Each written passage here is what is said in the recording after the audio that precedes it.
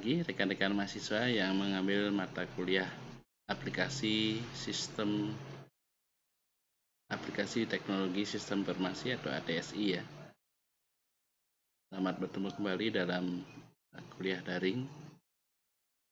Kita sudah sampai kepada materi video yang ketiga, yaitu tentang mana untuk melakukan pembuatan multimedia ya.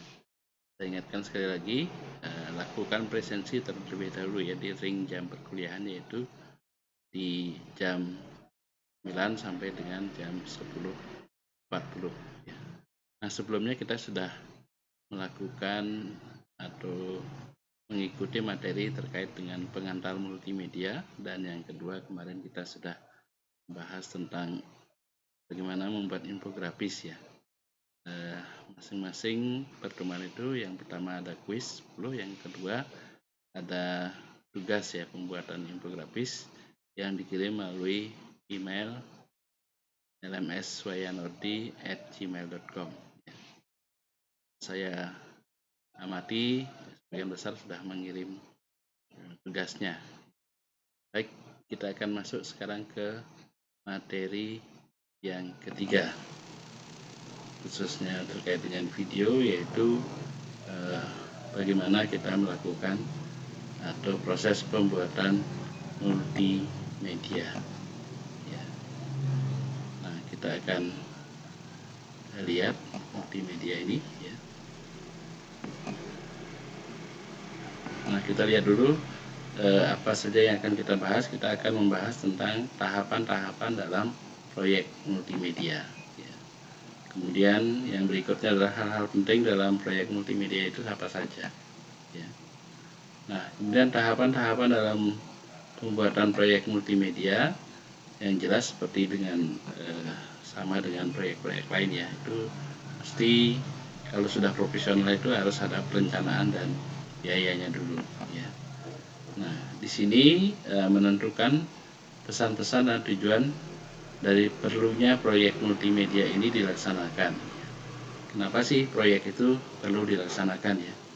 Nah, kalau kita di sini karena baru berlatih ya, tentunya tujuannya adalah untuk membuat sebuah kita lebih mengarah kepada promosi kesehatan atau penyuluhan kesehatan ya, karena ada ilmunya adalah ilmu perawatan ya. Bagaimana membangun video atau tampilan ya, baik itu tampilan grafis maupun tampilan multimedia, baik animasi maupun video ya. Itu harus kita pahami terlebih dahulu tujuannya ya.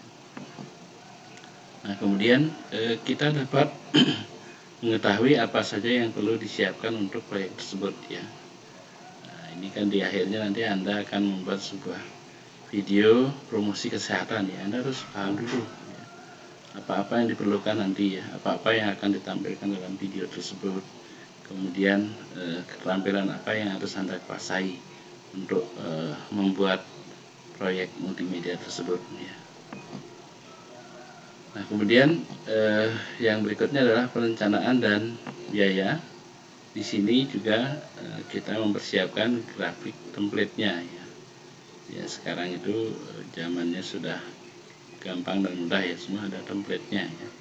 Kemudian struktur informasinya mulai dari pembukaan, kemudian isinya, kemudian tentunya ada penutup, itu hal yang umum ya.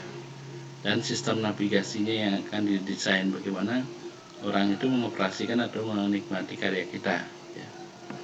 Nah, kemudian yang berikutnya adalah perlu juga dipersiapkan estimasi waktu dan budgetnya ya. Ini kalau sudah profesional, kira-kira waktunya berapa yang dibutuhkan untuk membuat karya tersebut, dan butuh dana berapa, misalnya perlu syuting ke suatu tempat ya. Kemudian membutuhkan hal-hal teknis yang harus kita siapkan, itu ada dananya ya. Namun kalau untuk berlatih kayak seperti kita sekarang, mungkin untuk biaya tidak begitu besar ya, ataupun bahkan mungkin tidak ada, karena rekan-rekan mahasiswa kan sudah laptop sudah ada, kemudian jaringan internet, kemudian software yang kita pelajari juga sudah ada ya. Nah, yang berikutnya kita menyiapkan prototipe proyeknya ya. Prototipe maksudnya bentuk mininya dulu bagaimana gitu ya. Seperti sebuah bangunan itu kan sebelum dibuat itu dia dibuat maketnya ya, dibuat maketnya dulu atau bentuk miniaturnya gitu ya. Nah, ini yang bersama ya, kita harus ditata dulu ya, tampilan multimedia atau video atau animasi yang akan kita buat ya. Nah, berikutnya adalah desain produksi. Nah, di sini tugas-tugas yang sudah direncanakan akan dilakukan sampai produksi tersebut selesai. Apa saja, misalnya nanti ada syuting, kemudian ada pengisian suara, ya, pengolahan gambar dan sebagainya. Ya. Nah, itu namanya desain produksi. Ya. Nah, kemudian produk yang sudah selesai itu akan diperiksa dan diperbaiki berdasarkan permintaan klien kita. Nah, nanti kalau sudah profesional menangani proyek, ya kita harus menyesuaikan apakah sudah sesuai dengan permintaan si klien, isi videonya cocok gak dengan yang dia harapkan gitu ya. Nah, kemudian diperiksa apakah masih ada bagian-bagian yang kurang pas dan sebagainya gitu ya. Nah, seperti itu. Nah, demikian juga kalau dalam tugas kuliah ini ya, rekan-rekan mahasiswa harus cek dulu ya animasinya itu sudah sesuai belum, kemudian durasi yang diminta apakah melebihi atau terlalu kurang dan sebagainya gitu ya. Itu harus betul kita cek. Nah, kemudian yang terakhir itu tentunya ada yang disebut dengan testing atau uji coba produk yang dihasilkan. Akan dicoba untuk memastikan produk tersebut memenuhi semua tujuan-tujuan yang sudah ada atau ditentukan, ya, tidak terjadi kesalahan atau error pada saat serah terima kepada klien, dan juga memenuhi semua permintaan klien. Jadi ya, itu sudah jadi dites apakah seperti ini sudah sesuai, ya tidak error dan sebagainya gitu ya. Nah, setelah selesai itu barulah di delivery ya, produk akhir tersebut diserahkan kepada pengguna ya. Nanti kalau rekan-rekan mahasiswa kalau yang produk akhirnya videonya dikirim ke tempat yang saya maksud, misalnya nanti ada di YouTube dan sebagainya ya, itu akan saya nilai menjadi hasil daripada tugas akhirnya ya, karena itu merupakan serangkaian kegiatan produksi multimedia. Hasil akhirnya adalah sebuah karya multimedia gitu ya. Nah, yang penting juga diperhatikan di sini dalam proyek multimedia adalah tentang hardware atau peralatan ya. Kemudian software, ini softwarenya ada aplikasi-aplikasi yang kita butuhkan. Kemudian yang utama untuk proyek multimedia itu adalah kreativitas dan keahlian dalam organisasi ya. Jadi kreatif itu sangat penting sekali kalau membuat proyek multimedia ya. Nah, kalau sekarang itu kan ada dikenal dengan istilah YouTuber ya. YouTuber itu dia sebenarnya menjual kreativitas ya. Kontennya dia konsisten, tapi semua orang itu tertarik kepada karya-karyanya ya. Oleh karena itu harus ada kreativitas itu, karena tidak ada kreativitas pasti akan ditinggalkan oleh penontonnya atau pemirsanya atau subscribernya ya. Nah, berikutnya hardware di sini kita kupas lagi ya. Yang paling banyak digunakan dalam proyek multimedia adalah produk dari Macintosh ya. Operating system dan Microsoft Windows. Anda mungkin sudah tahu ya, kalau HP yang Mac itu ya, kemudian laptop yang merek Macintosh itu memang dispesialkan dari awal itu dia diproduksi untuk multimedia, sehingga dia fasilitasnya lebih bagus dan lebih mendukung ya. Nah, seperti itu ya. Kalau yang lain itu kan memang lebih umum ya. Kalau multimedia Mac itu memang dispesialiskan untuk membuat proyek-proyek multimedia. Namun sekarang Windows dan lain sebagainya itu sudah semuanya support itu ya. Kemudian produk-produk ini mempunyai grafik user interface ya, tampilannya sudah bagus ya, namanya GUI, graphical user interface, sangat mudah dimengerti ya, karena semuanya sudah pakai gambar, pakai ikon gitu ya. Kalau zaman dulu itu harus belajar keras itu menguasai sebuah software multimedia. Kalau sekarang kita belajar sebentar aja itu sudah bisa ya, asal kita tekun berlatih ya, dan kreativitas tadi. Nah, kemudian yang berikutnya, produk-produk Macintosh dan Windows PC itu harganya terjangkau dan banyak pilihan-pilihan ya. Apalagi sekarang ya, karena persaingan banyak sekali ya. Ada Android, selain Macintosh dan Windows ada Android dan lain sebagainya. Itu semakin banyak pesaingnya, jadi harga semakin murah. Kemudian produk-produk dari Macintosh itu lebih cocok untuk proyek multimedia dibandingkan dengan produk-produk dari Windows ya, seperti yang saya sampaikan tadi ya, karena memang Macintosh itu sejak muncul itu dia di set untuk proyek multimedia, kalau Windows itu kan masih umum ya. Kemudian hardware dari Apple ini lebih baik dan canggih ya, tapi memang diikuti harganya memang lebih mahal ya, terutama untuk mengolah data suara dan video ya, sudah pasti ya, karena dia dikhususkan. Nah, software multimedia ini mempunyai petunjuk-petunjuk yang sangat spesifik dan detail yang harus dipahami oleh pengguna ya. Nah, ini nanti saya mengajarkan praktikum, bukan dalam bentuk video ya, tolong dipelajari. Dan kuncinya belajar multimedia itu harus rajin mencoba ya. Kita coba terus lama-lama akan paham dan akan terbiasa menggunakan softwarenya gitu.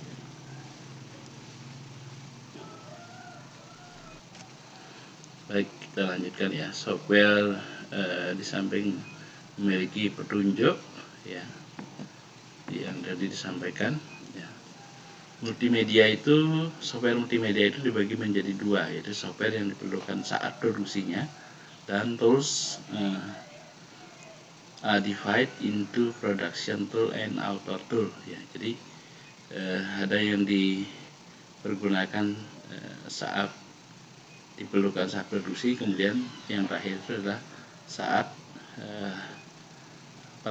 untuk distribusinya ya. Nah, itu dibagi menjadi dua, itu yang akan kita pelajari ya.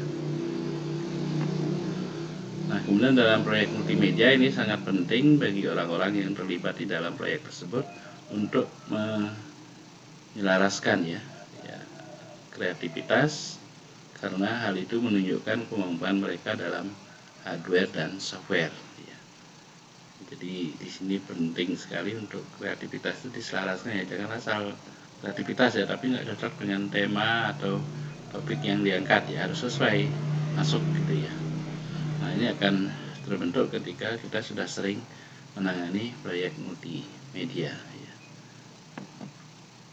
Nah, kemudian penting juga di sini untuk membuat dan mengatur detail-detail keahlian ya. Jadi biasanya orang itu kan ahli dalam hal-hal tertentu ya, ada yang ahli grafik, ada ahli suara atau narasi ya, kemudian ahli animasi dan lain sebagainya ya. Tapi kalau sekarang kalau kita belajar ya semuanya harus kita coba sendiri dulu ya. Nah, kemudian waktu di sini juga penting ya, berapa lama ya, ini karena mata kuliahnya ini kan padat sekali ya, waktu yang tersedia itu cukup padat. Nah, ya, rekan-rekan mahasiswa harus mengatur waktu supaya bisa membuat tugas-tugas yang saya sampaikan dan saya arahkan ya. Nah, kemudian budget ya, mungkin ada hal-hal yang perlukan di sini, butuh biaya ya. Kemudian di sini tools dan sumber daya yang diperlukan selama proyek berlangsung ya, alat misalnya ada kamera, tapi sekarang kan dengan HP itu sudah mudah sekali untuk buat video gitu ya. Kalau dulu harus pakai handycam dan sebagainya. Nah, aset-aset seperti grafik, gambar, suara dan sebagainya harus terus dimonitor sepanjang pelaksanaan proyek.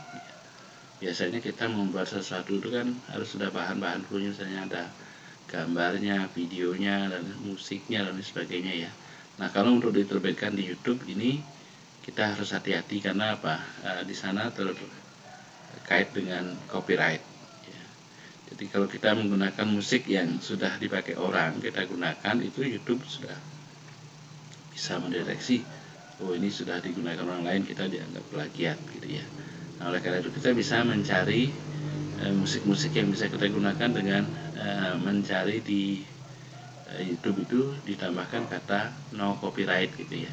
Nah, ini sering saya lakukan ya. Itu memang boleh digunakan kalau itu ya.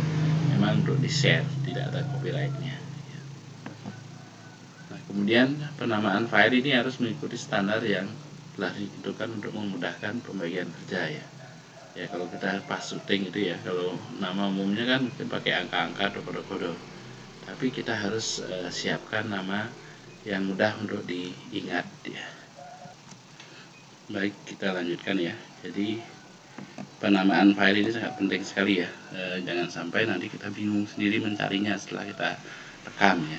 Misalnya kita syuting untuk video pembukaan ya, kasih nama pembukaan untuk proyek apa, misalnya pembukaan untuk promosi kesehatan ya, atau misalnya adegan apa gitu ya, adegan pemberian penyuluhan kesehatan, itu dikasih nama sesuai ya, supaya kita nanti tidak bingung dalam menatanya ya. Kemudian yang berikutnya biasanya ini sudah, kalau ini bekerja tim itu harus ada standarnya ya, tapi kalau kita sendiri ya kita sendiri yang mengorganisasikan ya. Untuk penamaan file itu standar gimana, kalau kerja tim itu harus betul-betul ada standarnya ya, ditentukan bersama-sama. Nah, kemudian kita sudah sampai kepada ringkasan tahap-tahap dasar dalam pembuatan multimedia. Di sini adalah yang pertama tadi ya, perencanaan, kemudian biaya ya, untuk yang profesional nih ya, kemudian ada desain dan produksi, nah, kemudian terakhir itu adalah testing atau uji coba. Nah, setelah itu barulah di delivery ya, atau dikirimkan atau dipublikasikan ya, ya baik ke pemesan atau kalau kita ini ke YouTube biasanya ya. Nah, kemudian pengetahuan tentang hardware dan software, kreativitas, dan juga keahlian dalam berorganisasi juga sangat penting dalam menciptakan produk multimedia yang berkualitas tinggi. Saya kira nanti kuncinya itu adalah kalau rekan-rekan mahasiswa mau membuat produk yang bagus untuk multimedia, video, animasi, dan lain sebagainya, rajin-rajinlah berlatih seperti itu ya. Jadi jangan malas berlatih ya, karena semakin sering berlatih, hasilnya nanti akan semakin bagus ya. Nah, demikian untuk materi yang ketiga ini ya, untuk multimedia ya. Nah, untuk memperdalam nanti silahkan baca slide materinya ya. Saya kira demikian rekan-rekan mahasiswa. Lagi silahkan bisa diulangi videonya ya untuk menambah atau mendalami materinya, kemudian baca detail slide-nya di bagian slide materi. Nah, kemudian setelah itu barulah mengerjakan kuesionernya atau quiz ya, yang terdiri dari 10 soal pilihan ganda ya. Nilai itu sebagai tolak ukur Anda telah menguasai materi yang saya sampaikan.